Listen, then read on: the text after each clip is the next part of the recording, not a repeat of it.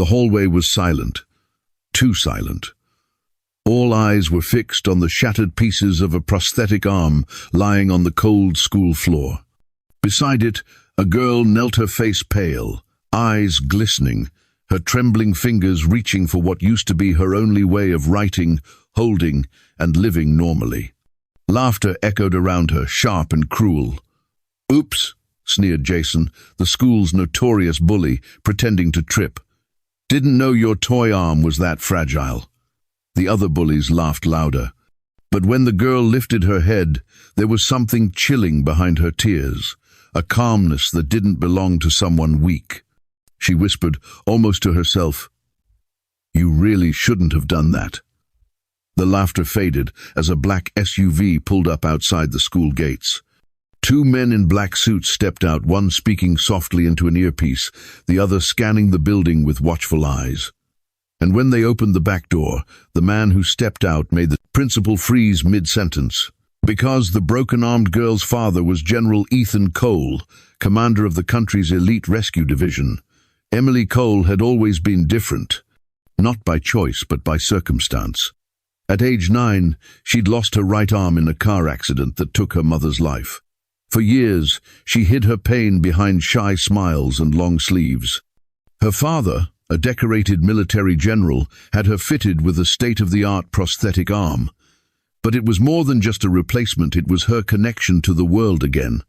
Yet high school didn't see it that way. When Emily transferred to Ridgeway High, all she wanted was a quiet new start, a place where nobody knew her story, her scars, or her father's rank. But teenagers can be cruel, and cruelty often hides behind insecurity. Jason, the self-proclaimed king of the school, made sure everyone knew she was different. He was big, athletic, and charming in that shallow way that fooled teachers and terrified weaker students. The first week, he mocked her for the way her arm moved. The second, he tripped her in the cafeteria, accidentally. By the third, he and his gang had made her their favorite target. Still, Emily refused to tell her father. She didn't want to be that girl, the one who needed rescuing. She wanted to fight her own battles, just like the man who raised her taught her to. But every night, after her father left for base, she sat by her window and whispered, "I'm trying, Mom. I really am. But it's so hard." At school, only one person seemed to care, Leo, the quiet art student who sat beside her in history. He'd noticed how carefully she held her pen, how she flinched whenever someone shouted behind her. "Hey, you draw?" he asked one day, noticing her sketchbook. "Yeah, kind of. It helps me think." He smiled softly. "Then don't stop. The world needs more people who turn pain into art." That small sentence became a spark.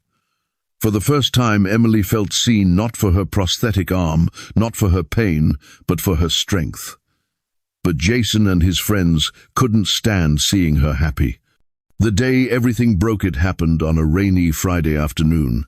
The halls were half empty after gym, and Emily was late for her next class. She carried her sketchbook close, lost in thought, when she heard it, Jason's voice. "Well, look who it is, the metal girl." She kept walking. "Hey, I'm talking to you." He grabbed her shoulder, spinning her around. "Leave me alone, Jason," she said firmly. He grinned. "Or what? You'll punch me with your robot arm?" His friends laughed. Emily turned to go, but he yanked her sketchbook away. Pages fluttered across the hallway, portraits of her mother, her dad in uniform, her dreams of becoming an artist. Jason flipped through the pages and smirked. "Oh, look at that daddy in his fancy uniform. Think he can save you from—" Before he could finish, he yanked at her arm. The magnetic connector gave way with a loud snap. The sound echoed. Her prosthetic fell to the floor, a metallic thud that froze the world. For a moment, nobody spoke. Emily just stared at it, her breath trembling. That arm wasn't just a tool, it was part of her soul. Jason took a step back, suddenly unsure, but it was too late. The damage, both physical and emotional, was done.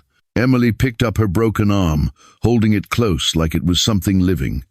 "You really shouldn't have done that," she whispered again softly, but with a tone that chilled him. Then she walked away, leaving them silent in the echo of what they'd broken. That evening, Emily sat in her room, her broken arm beside her bed. Her father knocked. "Rough day?" he asked gently. She didn't answer. Ethan Cole, despite being a man who commanded hundreds, couldn't stand seeing his daughter's silence. He stepped closer and saw the damage, the scratches, the tears in her eyes. "Emily, who did this?" She tried to stay quiet, but when she saw the pain in his face, the same man who'd faced wars, yet looked defeated, now she broke down. And that was the moment something shifted inside Ethan Cole. He'd always taught his daughter to be kind, to forgive, but some lessons come wrapped in consequences. Chapter 2. The General's Visit. The next morning, Ridgeway High felt different. A line of black SUVs stood outside the school gates. Military personnel in plain suits were quietly positioned along the main hallway. The principal was sweating bullets as he walked alongside a tall, commanding figure, General Ethan Cole. "Sir, I assure you, Ridgeway maintains a zero-tolerance policy against bullying." "Then explain this."